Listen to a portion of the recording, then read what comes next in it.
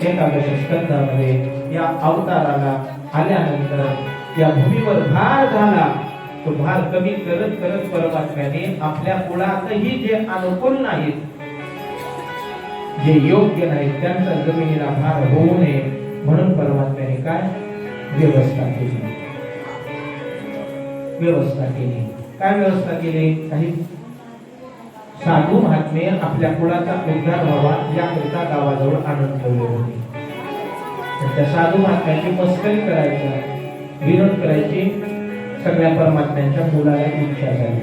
आणि तो सांब जो होता ना, जांबवतीचा पासून झालेला, तो सांब थोडा स्त्री सारखा दिसायचा, मुलीसारखा दिसायचा, म्हणून त्याला साडी नेसवली. आणि सगळेजण त्या ऋषींकडे गेले, म्हणायला लागले, गुरु महाराज, ही आमची बहीण आहे, ही पोटोशी आहे, आणि हिला काय होईल सांगा, पोरग होईल का पोरगी होईल? काय बाबा, असं करू नये. असं केलं तर थोडं दोष लागण्याची शक्यता असते. महाराज दिसला की त्याचं काही ना काही नाटक त्याची मजा घ्यावं लोकांना वाटते. तुम्ही महाराज का? धोतरवाले महाराजच राहतात का? काय करायचं आपल्याला? यष्टीत बसल्यावर लोक विचारून विचारून परेशानच. तुम्ही कीर्तनकार का? काय तुझं का असलं तर बोल बाबा. पण महाराज दिसला की त्याचं काही ना काही मजा घ्यावं वाटते. तसं यांनाच नाही, त्या द्वापारी वापासून सगळं चाललेलं आहे. त्या ऋषींनी सांगितलं, असं काही मस्करी करू नका. नाही, सांगा की हिला काय होईल, सांगा की हिला पोरग होईल का पोरगी होईल? तर सगळ्या ऋषींनी मिळून सांगितलं. प्रतिनिधित्वाने एक ऋषी समोर गेला आणि सांगितलं, हिच्या पोटी मुसळ जन्माला येईल आणि तुमच्या पोळ्याचा घात करेल. घरी येऊन बघितलं तर खरंच मुसळ दिसली. तरी तर देवाला शरण जावं की नाही? देवाला शरण गेले नाही. विनाशकाले विपरीत बुद्धी. ते मुसळ फुटलं, बारीक केलं, समुद्रात फेकलं. त्याला ते लोखंडाचा खाली त्याला काय म्हणते तो, म्हणजे बरेच तुमच्याकडे बिनाईची मुसळ दिसावी. ते मुसळ ती लोखंडाची इडी एका जागी केली, गोळा केली, समुद्रात फेकून दिली. ते गवत आता बुडे ना, म्हणून ते गवत बाजूला आला, भुसा सगळा बाजूला आला समुद्राच्या, त्याचं गवत झालं. आणि ते लोखंड जे होतं ते एका माशाने गिळलं. ते मासे पकडण्याला सापडलं, त्याने तो चिरला, त्याच्यात लोखंड निघाला. आपल्या काही कामात नाही म्हणून लवाणाला केलं. एका लवाणाने त्याचा बाण केला, ते एका जरा नावाच्या पारद्याला गेला. अशी व्यवस्था देवाने करून घेतली. पुढे काय झालं? वसुदेवाकडे नारद आले. त्या नारदाचं येणं झाल्यानंतर, पूजा केल्यानंतर वसुदेव त्यांना विचारतात, भक्ती म्हणजे काय सांगा. माणसाने जीवनात आल्यानंतर कोणाचं चरित्र श्रवण केलं पाहिजे सांगा. हे तर नवयोगेश्वराचा संवाद सांगितला. नवयोगेश्वर होते, त्या नवयोगेश्वरांचा संवाद सांगितला. कबीर हरिर अंतरिक्षः प्रबुद्ध पिप्पलायनः आविर्होत्रोत दुर्मिलः चमसत्कर भाजनः. हे नवयोगेश्वर. नवयोगेश्वरांनी सांगितलं. अगोदर विदेहजनक सांगतात की बाबा, मनुष्य जन्म हा दुर्लभ आहे. दुर्लभम मानुषो देहो देहिनाम क्षणभंगुरः तत्रापि दुर्लभम म्हणजे वैकुंठ प्रिय दर्शन. मनुष्य देह दुर्लभ आहे. हा मनुष्य देह दुर्लभ प्राप्त झाल्यानंतर काय केलं पाहिजे? परमात्म्याची सेवा केली पाहिजे. कवी नावाच्या अंतरिक्षाने सांगितलं की आपण जे काही करू ते सगळं देवासाठी. कायेन वाचा मनसेंद्रिये वा बुद्ध्यात्मना वा निष्ठस्वभावात् करोति यद् यत् सकलं परस्मै नारायणायेति समर्पयेत् तत्. सगळं देवाला समर्पित केलं पाहिजे. खाणं देवाला, पिणं देवाला, अंघोळ देवाला. आपण काही वस्त्र परिधान केलं तर देवाला. सगळं देवाच्या शिवाय काही नाही.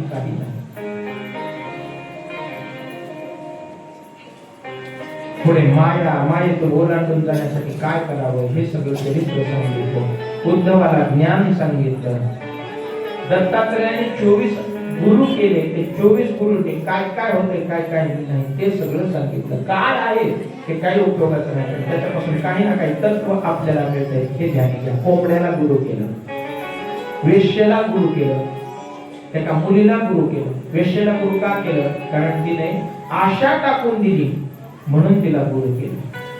सजून सजून तिने मध्यरात्री पर्यंत दारावर येऊन उभी राहायची आणि बघायची कोणतरी पुरुष येईल मला आनंद देईल, आणि कोणीच पुरुष येणार नाही हे तिला ज्यावेळेस शाश्वत कळालं त्यावेळेस ती शांत मनाने जाऊन झोपली. आपल्या अंतःकरणात आशा आहे, ती आशा निघून गेली की आपल्याला सुख मिळतंय हे त्या वेश्येकडून शिकायला मिळालं. म्हणून वेश्या एका कुमारिकेला गुरु केलं. एका कुमारिकेला का? कारण तिच्या घरी पाहुणे आले होते तिला बघायला, आणि पाहुणे आल्यानंतर जुना काळ काही सांगून यायची व्यवस्था नाही म्हणून अचानक आले पाहुणे. घरी आई वडील नाही, कुठतरी बाहेर गेले. आलेल्या पाहुण्यांना व्यवस्थित त्यांचा आदरातिथ्य झालं पाहिजे. पाहुण्यांना बसवलं. काय हो त्या काळात पाहुण्यांना आदरातिथ्य करून द्यायला काही नाही म्हणून तिने साडी कांडायला घेतल्या. साडी कांडायला घेतलं असताना त्या बांगड्या तिच्या वाजायला लागल्या. आपण हातात घातलेले गोट जसे वाजतात की नाही, गोट वाजतात बघा. इंग्रजीत गोट शब्द वाजते. इंग्रजीतला गोट शब्द म्हणजे काय? ती शिडी होती.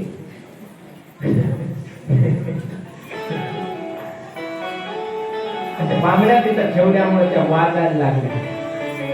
घरात कोणी नाही, ही एकटीच आहे काही, म्हणून त्या सगळ्या आलेल्या पाहुण्यांना वाटेल म्हणून त्या मुलीने काय केलं? सगळ्या बांगड्या काढल्या, एकच बांगडी ठेवली. एकच बांगडी ठेवली. तेव्हापासून एक बांगडी ठेवायचा नियम लागला. आणि ते पाहिलं दत्तात्रयाने पाहिलं, म्हणायला लागले संगात सुख नाही, असंगात सुख आहे. जोपर्यंत त्या बांगड्या सगळ्या भरून होत्या, संग होता, संगात किलकिलाट होता, संगात काही ना काही आदल बदल होता, त्या सगळ्या बांगड्या काढून एक ठेवली म्हणजे असंगात सुख आहे, संगतीत सुख नाही. हे त्या मुलींकडून शिकले. असे सगळ्यांकडून काही ना काही शिकले, सगळ्यांकडून शिकलं काही ना काही.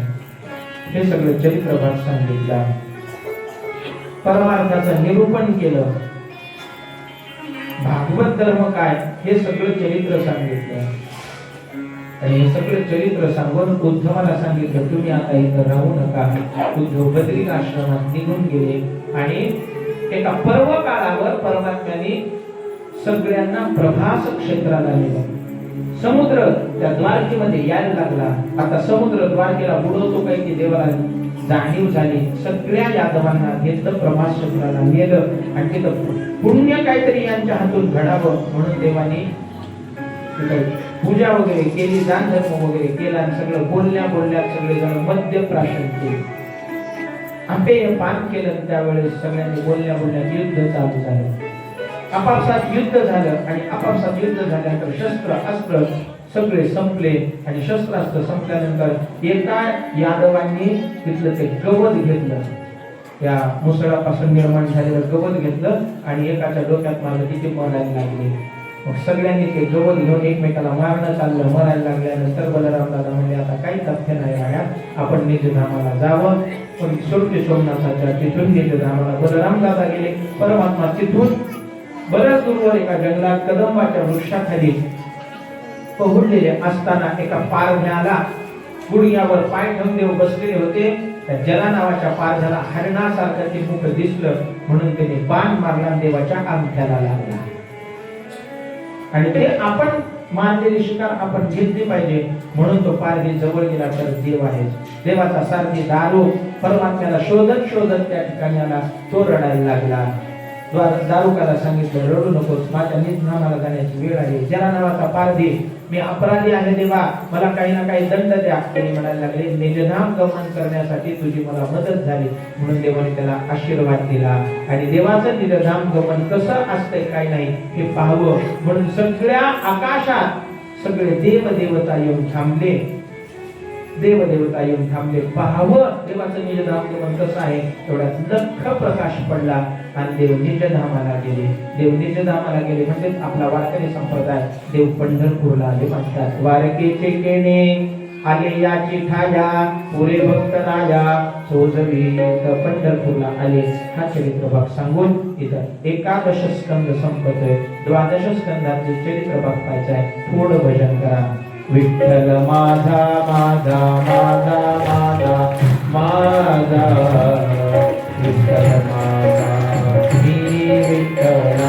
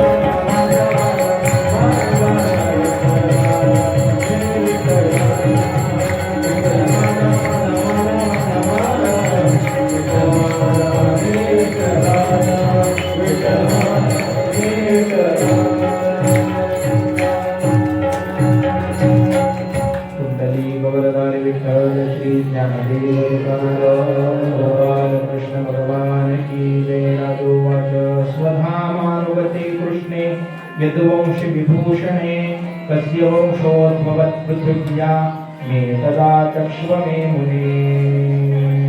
12 स्कंदाला प्रारंभ झाला. 12 स्कंदामध्ये पुराण लक्षण आलेलं आहे. आश्रय आश्रय जगाला आश्रय कुणाचा आहे हो? देवाचाच आहे. देवाच्या शिवाय कोणी आश्रित नाही. देवाच्या शिवाय कोणी आश्रित नाही.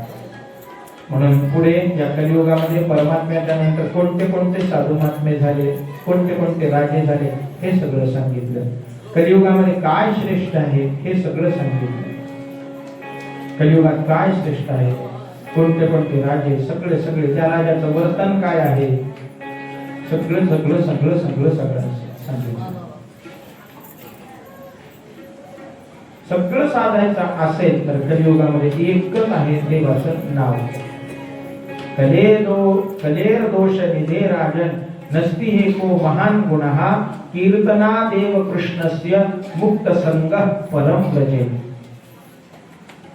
मुक्त संग जर कुठं काय करता येत असेल तर फक्त कलियुगामध्ये भजन करता येते. देवाचं भजन, देवाच्या भजनाशिवाय काही नाही. ध्यायतो विष्णू त्रेतायाम यजतो मखैः द्वापरे परिचर्यायाम कलौ तद हरि कीर्तनात्. प्रत्येक युगात काही ना काही साधन सांगितलेलं आहे. काही ना काही साधनाची व्यवस्था प्रत्येक युगात केली. कृतायुगात काय केलं पाहिजे? विष्णूचं ध्यान करावं. त्रेतायुगामध्ये यज्ञ करावा. द्वापारात काय? पूजा करावी. आणि कलियुगामध्ये भजन करावं. प्रत्येक युगात हे एकच करावं असं नसतं बरं का, व असं नाही. एखाद्याला कृतयुगामध्ये नामस्मरण करायची इच्छा असेल करेल, पण सौलभ्य ध्यानात होतं, सुलभता पूजेत होती, सुलभता यज्ञात होती. तशी सुलभता नामस्मरणात कलियुगामध्ये आहे. कारण प्रत्येक गोष्ट करायची म्हणलं तर काही ना काही त्याला योग्यता लागते. ध्यान करायचं असेल तर आपल्या अंतःकरणातील मल विक्षेप आवरण या दोषाची विचारणा करावी लागेल. काम क्रोध रिक्त भाव लागेल. कामने देह भरिला विठ्ठल काम क्रोध घर केले रिते. ज्यावेळेस सगळ्या विकारांनी घर रिकाम होईल त्यावेळेस देव तुमच्या अंतःकरणात लागते. मग घर रिकाम करणं सोपं आहे का हो? सोपं नाही. मला कामाला सोडून देणं सोपं नाही. क्रोधाला सोडून देणं सोपं नाही. एक जण म्हणला काशीला गेला आणि काशीला जाऊन आल्यानंतर मामद ठेवला. यात्रा 4 धाम यात्रा झाल्यावर मामद्याचा कार्यक्रम माहिती की नाही? मामद ठेवलं. मामद ठेवल्यावर त्याला माहित होतं सोडलंय काय. विचारा मेहून आला म्हणजे विचारायला, दाजी काशीत गेल्यावर काय सोडलंय? आजकालचं असेल तर त्यानं सांगेल सफरचंद, चिक्कू, केळ. त्याला म्हणलं आहे सगळे सोडतात, मी वेगळं सोडला. म्हणजे काय? राग सोडला, क्रोध सोडलाय, राग सोडलाय. तिकडून जाऊन फिरून आल्यानंतर, दाजी काय सोडलं म्हणतात तुम्ही काशीला जाऊन? राग सोडलं हो. चालू झालं नाही. पुन्हा संध्याकाळी झालं, इकडून तिकडून फिरून आली. दाजी का सांगितलं की मला काही लक्षातच नाही. काय सोडलं? राग सोडलं म्हणलं नव्हतं. चालू झालं. पुन्हा संध्याकाळी कीर्तन भजन ठेवलं होतं, ते नंतर भजन सगळं सुटल्यानंतर, दाजी काशीला जाऊन तुम्ही फळ ही ती काय सोडा अशी भावना नाही तुमची. आणि जर कोण कर सोडेल मग तुम्ही काय सोडलं? राग सोडलं म्हणाला होतं. काय सोडला होता त्याने? राग. क्रोध सोडलं. पुन्हा सकाळी सगळ्या सोयऱ्या झाल्याच्या लेखात, दाजी हव्या सोयऱ्या झाल्याला माहितच नाही तुम्ही काय सोडलं. तुला सांगितलं कळणार. राग सोडलं, क्रोध सोडलं. आता हे सांगणं सुद्धा त्यालाच आहे. एकंदरीत विकार सोडणं अवघड आहे. विकार सोडणं अवघड म्हटल्यानंतर ध्यान करणं होईल का आपल्याला? ध्यान करणं होत नाही. यजन करणं होतं का? यजन म्हणजे यज्ञ करता येतो का? यज्ञही करता येत नाही. मला एखादी सामान्य यज्ञ करायचा असेल तर अनेक प्रकाराने प्रयत्न करावा लागतात आपल्याला. बऱ्याच गोष्टी मिळवाव्या लागतात, बऱ्याच प्रायश्चित्ताने युक्त व्हावं लागतं. पण यज्ञही करता येत नाही. परिचर्या म्हणजे पूजा तर करणं होतं का? देवाची पूजा यथा देहे तथा देवे. देहाला जसं लागतंय तसं देवाला द्यावं लागतंय. देणं होते आपल्याला. आता पाडव्याला काय ते नवीन कपडे दिले तर दिले बा देवाला. आपल्याला आंघोळीला गरम पाणी, देवाला थंडगार 4 दिवसाचं पाणी. आपल्याला खायला सुंदर चांगले लुसलुशीत 4 पदराची चपाती लागते. देवाला खायला दामतं एवढं. जात जमलं त्या पोराला तर देवाला दाखवते, नाहीतर कुत्र्याच्याच भरती तिकडच भरती होते. यजन सुद्धा करता येत नाही.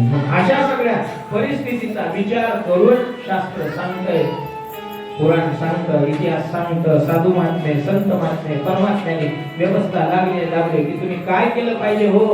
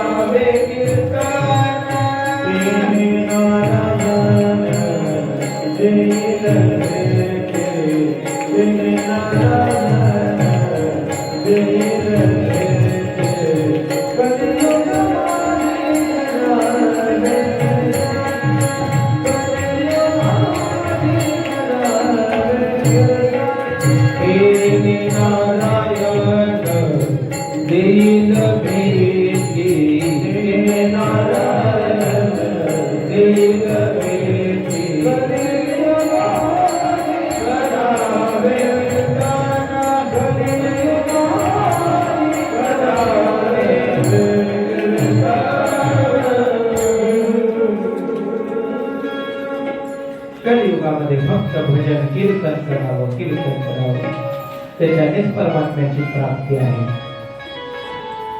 त्याच्याने किती कीर्तन करावं, किती करावं, आलय आपला लय होईपर्यंत त्याच्याने परमात्म्याची प्राप्ती होती. काय झालं, एकदा धर्मराज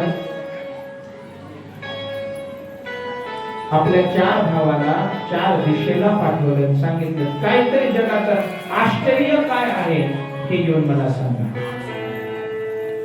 नकुल, सहदेव, अर्जुन, भीम हे चौघही 4ही दिशेला गेले आणि पाहिलं आणि धर्मराजाजवळ आले आणि सांगायला लागले, अरे जाऊन आलात का? जाऊन आलो. काय काय आश्चर्य दिसलं सांगायला लागले. भीमदादा समोर गेले, म्हणायला लागले की मी एक आश्चर्य पाहिले. भला मोठा दगड होता. नकुल समोर झाले, म्हणायला लागले मी एक आश्चर्य पाहिलं. काय आश्चर्य पाहिलं? 2 विहिरी आहेत, एका विहिरीला पाणी भरपूर आहे आणि एका विहिरीत पाणी कमी आहे. जिथं पाणी कमी आहे तिकडच लोकांचा ओढा आहे, तिकडच ओढा आहे. अर्जुन समोर झाले, तरी म्हणायला लागले मी एक आश्चर्य पाहिलं. काय आश्चर्य पाहिलं? एक गाय आहे आणि त्या गायचं वासरू आहे आणि ते वासरूच गायला लाथा मारायला लागले, ते आश्चर्य पाहिलं. हा बरोबर आहे, बरोबर आहे. काय बरोबर आहे? कलियुगाची सुरुवात, कलियुगाची सुरुवात. काय याचा अर्थ काय दादा?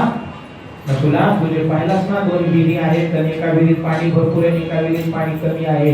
त्याचा अर्थ कलियुगातले लोक असे होतील ज्यांच्याकडे पैसा भरपूर आहे ते कधीही दान धर्म करणार नाहीत आणि ज्यांच्याकडे पैसा थोडा आहे ते दान धर्म करतील. विहिरीतलं पाणी भरपूर आहे पण तिकडे ओढा लोकांचा राहणार नाही. कमी पाणी आहे त्याला खरडून काढतील. म्हणजे पैसा कमी जरी असेल तर दान द्यायची वृत्ती त्याच्याकडे आहे असं संकेत.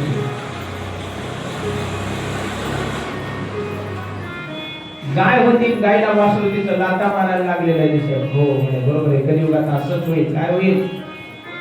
ज्या आई वडिलांनी लेकराला जन्म दिला, लेकराचं पालन पोषण केलं, लेकराला वाढवणं वगैरे झाल्यानंतर त्याच आई वडिलांना लेकरं लाथा घालतील. चालूच आहे कलियुगामध्ये. किती लेकरं असे की आपल्या आई वडिलांना लाथा घालायला लागले. पालन पोषण न करणे म्हणजे लाथा सांगतात.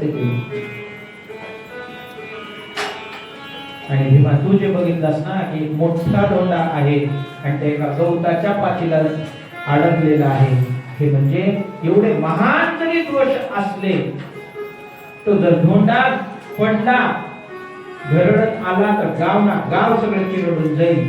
पण त्या गवताच्या काडीला अडकलेला आहे.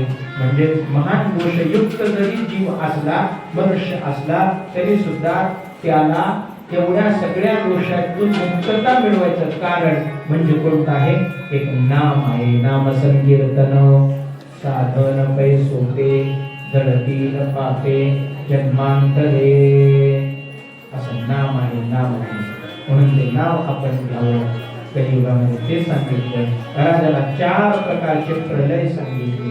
नित्य प्रलय, नैमित्तिक प्रलय, प्राकृतिक प्रलय आणि आत्यंतिक प्रलय. माणसा जीवनात 4 प्रलय असतात. नित्य प्रलय आपल्या जीवनात रोज प्रलय आहे. आपण सकाळी जसे होतो तसे दुपारी असतो का? दुपारी जसे असतो तसे संध्याकाळी असतो का? अजिबात नाही. सकाळचं फाउंडेशन वेगळं, दुपारचं फाउंडेशन वेगळं, संध्याकाळचं फाउंडेशन. बसण्या उठण्याचं म्हणाले तुम्ही लगेच ते चेहऱ्यावर लावायचं, तिकडे चातावर. सकाळी रुबाबात बसतो, दुपारी थोडा कोमेजून बसतो, संध्याकाळी म्हणतो दिवसभर खूप थकून गेलो, कमरेला हात लावत बसतो. हे फाउंडेशन सांगायला तुम्ही त्या ब्युटी पार्लरच्या फाउंडेशन कडे चालला. नित्य प्रलय आहे. नैमित्तिक प्रलय काही निमित्ताने प्रलय होतो. आपण पडलो, आपल्यामध्ये काही अवयवाची एखादी बात झाला, नैमित्तिक प्रलय. प्राकृतिक प्रलय आणि आत्यंतिक प्रलय. ब्रह्मदेवापासून सगळे जाणे हे प्रलयाचे प्रकार सांगितले. आणि शुकदेवाने राजाला अंतिम उपदेश केला. राजा काही कोणी कोणाला काही मागू शकत नाही. त्याचं प्रारब्ध, त्याची गती जेवढी असते, त्याचं कर्म जेवढं असतं तेवढं कर्म तो भोगतो, कर्म तेवढं करतो. आणि ते कर्म करून तो त्याचं कर्म संपलं की त्याला काही ना काही निमित्त होऊन हे जग सोडून जावं लागतं. अंतिम उपदेश केला. आणि शुकाचार्य महाराज राजाला उपदेश करून राजाला ज्ञान झालेलं आहे हे सगळं पाहिलं. राजाने शुकाचार्याची पूजा केली आणि शुकाचार्य आपल्या आपल्या तपश्चर्येसाठी अरण्यात निघून गेले. शुकाचार्य महाराज की जय. राजा निवांत बसला. राजाला काही राहिलं नाही. काय राज्य, काय काय काय काही नाही. 7 दिवस झालं काहीच आपण खाल्लं नाही. आज काहीतरी खावं या भावनेने राजाने फळं खाण्याचा विचार केला. तिकडे तो तक्षक निघाला. कारण ब्राह्मण वचन होतं, ऋषीचं वचन होतं, म्हणून राजाला दंश करायला निघाला तक्षक. ब्राह्मणाच्या वेशात निघाला. आणि वेशात निघाल्यानंतर त्या तक्षकासोबतच एक कश्यप नावाचा ब्राह्मण निघाला. दोघांची भेट झाली. नमस्कार. एकमेकांचं बोलणं. कोण आपण? यानं सांगितलं आम्ही कश्यप. तक्षकाने विचारलं मी कश्यप. त्यानं सांगितलं कुणीकडे निघाला? तक्षक विचारते कुणीकडे निघाला? काही नाही म्हणे ते परीक्षित राजाला तक्षक दंश करणार आहे. तक्षकाच्या विषाने परीक्षित राजा मरेल आणि तो मेल्यानंतर मी माझ्या मंत्र सामर्थ्याने त्याला वाचवणार आहे. असं का म्हणे? वाचवणार का? हो वाचवणार. कशाकरता चालला तुम्ही? काय नाही म्हणे मला माझ्या मुलाचं मुंज करायचे आहे, त्याच्याकरता संपत्ती पाहिजे. आपण कर्म करून संपत्ती मिळवावी, कुणाचंही आग्रह खाऊ नये म्हणून मी निघालो म्हणे. असं का? म्हणजे मलाच लक्ष करतात असे नस का? ज्याचा आपल्या तपावर मंत्रावर विश्वास आहे त्याला डरवत नाही ना. असे नसतं म्हणे. तुम्ही लक्ष माझे विश्व करू शकता, उतरू शकतो. परीक्षा घ्यायच्या असेल तर घ्या. लगेच एका सगळ्या पानांनी फफुल्लित झालेल्या झाडाला तक्षकाने दंश केला. हिरवगार झाड.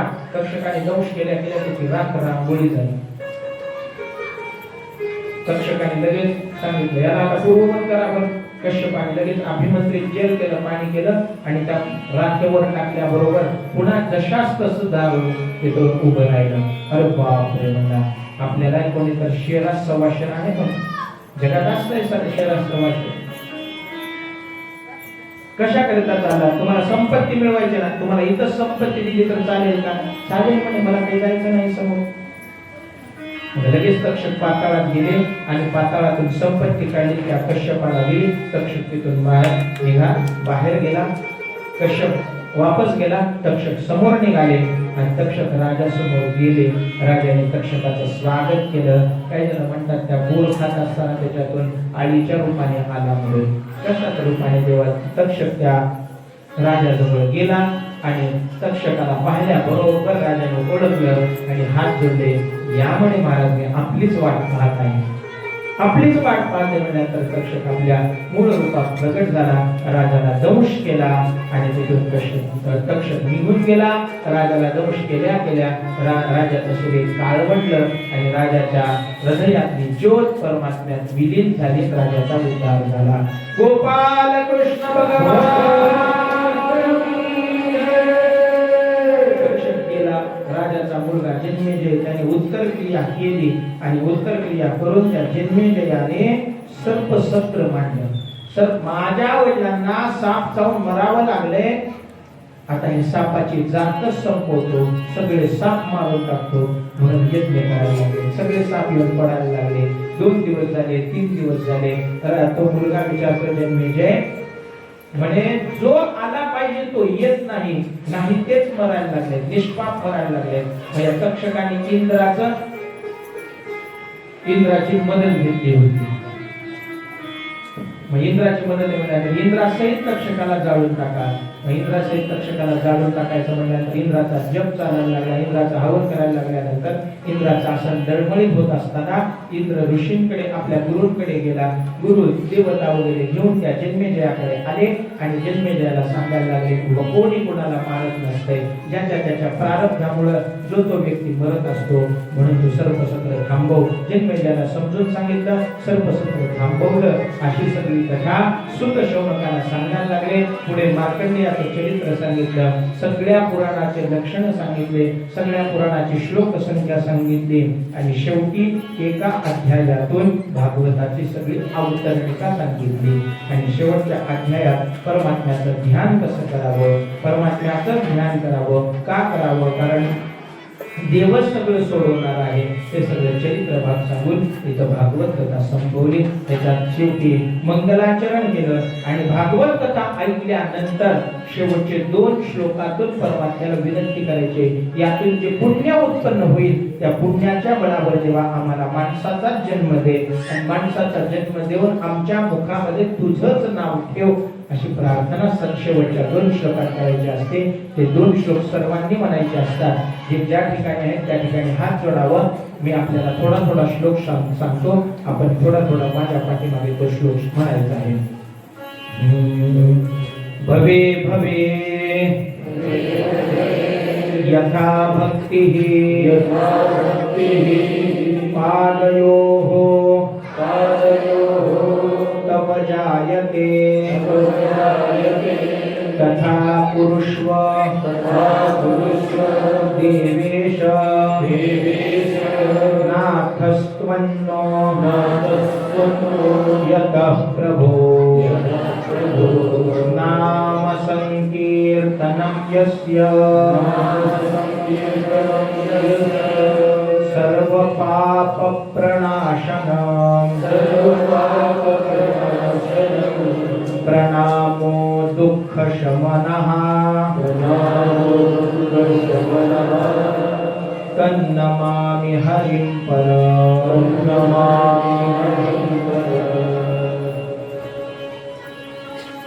परमात्म्याला प्रार्थना करायची. भवे भवे यथा भक्ती. परमात्मा आम्हाला जन्म घेण्याची वेळ झाली, जन्म घेण्याची जर कर्म राहिला असेल आमचं तर आम्ही जन्म घेऊ देवा. भवे भवे यथा भक्ती. तर आम्ही जन्म घेऊ कशा करिता? फक्त तुझी सेवा करिता.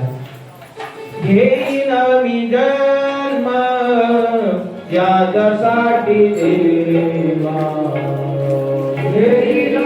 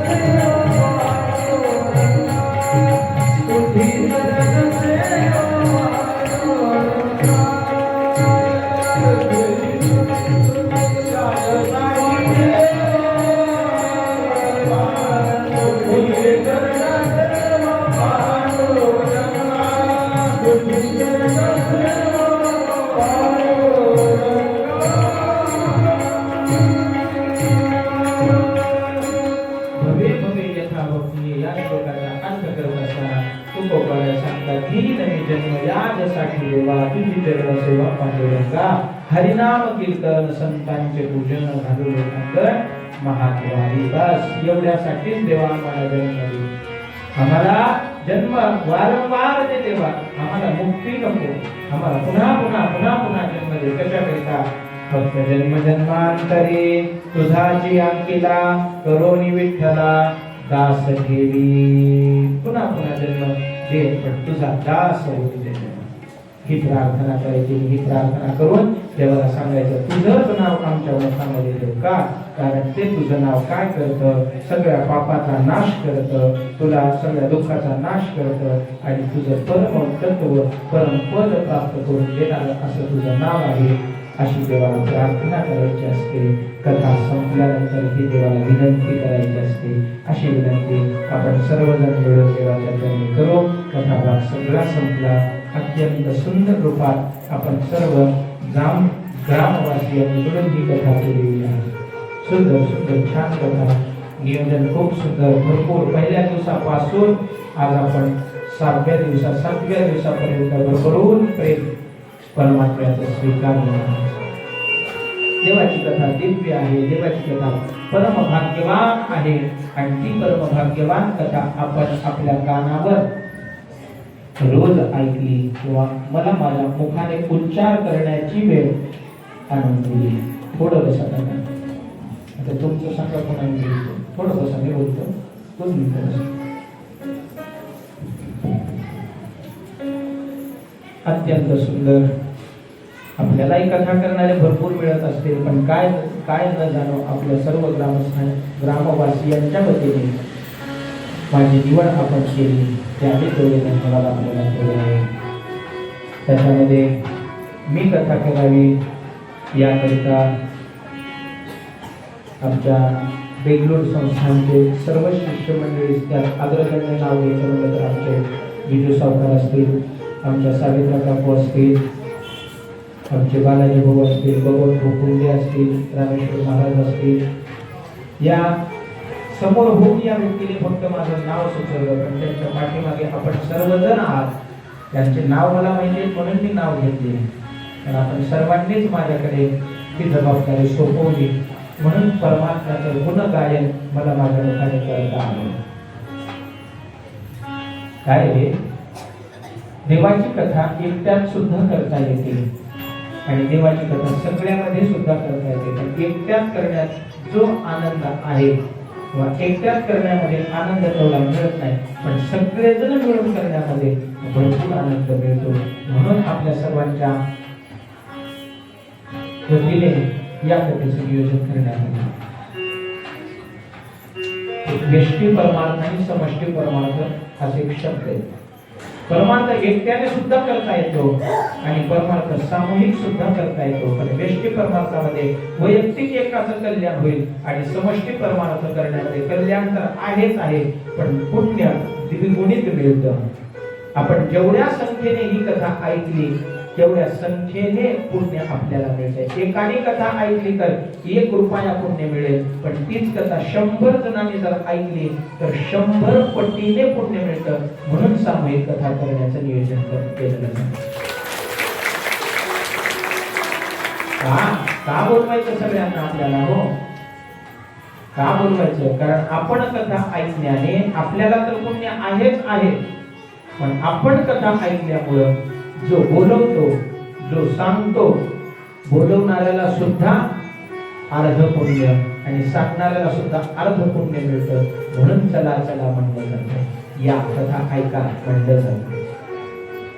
100 पटीने पुण्य आपल्याला प्राप्त होते, म्हणून सामूहिक कथा करावी हाच उद्देश डोळ्यासमोर ठेवला आहे. आणि आपली संस्कृती काय सांगते, आपला पुराण, इतिहास, स्मृती, श्रुती हे सगळे साधू भाषे काय सांगतात हे आपल्याला कळावं, याकरिता कथेचं नियोजन असतं.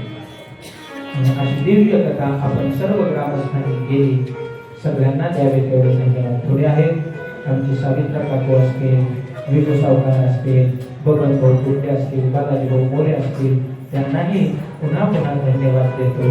आणि उत्तरोत्तर परमार्थिक आयुष्य त्यांचं वाढावं, संसारातील सगळ्या गोष्टी त्यांना प्राप्त व्हाव्या, एवढीच परमात्म्याच्या चरणी ज्ञानोबाराय अधिक साधू संत महात्म्यांच्या चरणी विनंती करून या ठिकाणी थांबतो. कथा पूर्ण व्हावी, कथा सुंदर व्हावी, याकरिता आमची माईक सिस्टीम असेल त्यांनाही धन्यवाद देतो. या कथेमध्ये अत्यंत सुमधुर गायन व्हावं, कोणालाही महाराजांचं सांगणं हे गोड वाटावं, याकरिता आपल्या कानावर स्वर पडावे, याकरिता आमचे वसुदेव महाराज असतील त्यांनाही धन्यवाद, आमचे रामेश्वर महाराज असतील त्यांनाही धन्यवाद, आमचे रोहित महाराज असतील त्यांनाही धन्यवाद, आमचे अविनाश महाराज असतील त्यांनाही धन्यवाद. त्यांचं वाढतं वय आहे, त्यांनाही उत्तरोत्तर परमात्म्याची कृपा होऊन अहंकाराचा वारा न लागो राजसा, माझ्या विष्णुदासा भाविकांची एवढीच देवाच्या चरणी प्रार्थना करतो.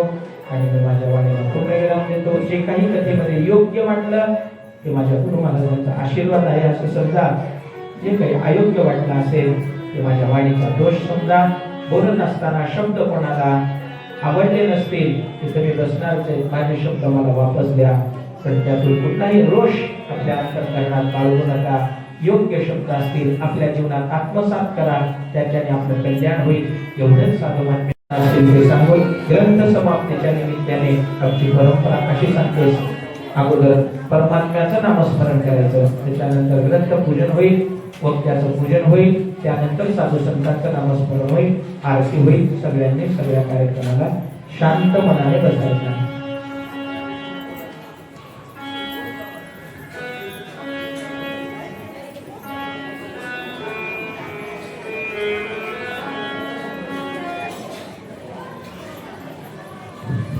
मस्तक हे पायावरील वारकरी संतांचे हनुमंतराया त्यांनी नतमस्तक होऊन सर्व उपस्थित माता पिता बरोबर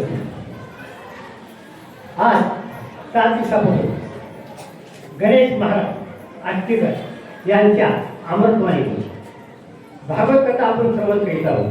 त्या भागवत कथेमध्ये सर्व भक्ताचं वर्णन आलेलं आहे. तरी आमचे आत्मदेव तसेच हरिश्चंद्र राजा, उत्तानपादनाचा गुरु, तसेच श्रीकृष्ण जन्म, श्रीकृष्ण विवाह सोहळा, सर्व सुधारणाचं चरित्र सर्व प्रकारे सर्व ऐकलं. आपण शांत चित्ताने ऐकला. तरी या भक्ती कशी करावं याकरता या करयुगामध्ये जागोनी या पाया विचारितो तुम्हाला करत आणि बोला आहे. विठ्ठल विठ्ठल म्हणावे वेळा हा सोहळा करी. रामकृष्ण हरी गोविंद गोपाळ मार्ग हा प्रांजळ वैकुंठी सत्याची येते आहे हा ठिकाण कलियुगी उद्धार आहे. विठ्ठल विठ्ठल म्हणावे वेळा हा सोहळा करी.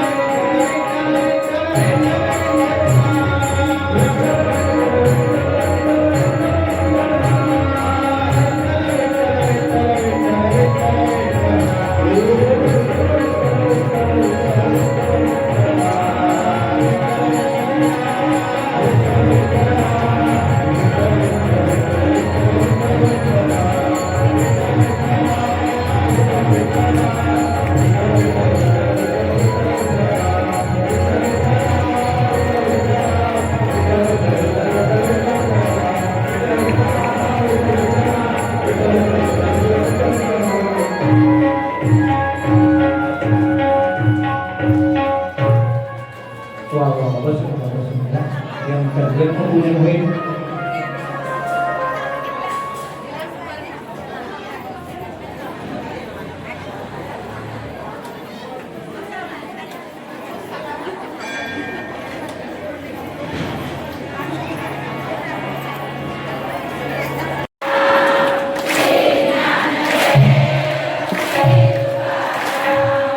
श्री ज्ञानदेव श्री तुकाराम श्री ज्ञानदेव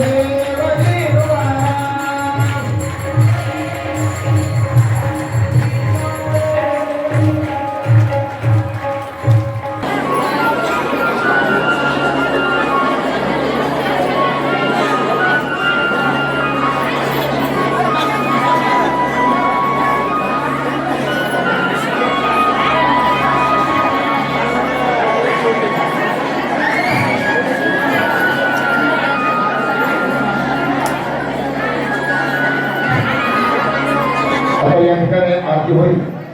आरती झाल्यानंतर जाग्यावरून कोणीही उठू नका. 5 मिनिट या ठिकाणी आपल्याला भजन करायचं. त्यानंतर एका ठिकाणी येऊन तुमची पूजा करून घ्या. त्यानंतर महाप्रसाद तयार झाल्यानंतर या ठिकाणी महाप्रसाद घेऊन आपल्याला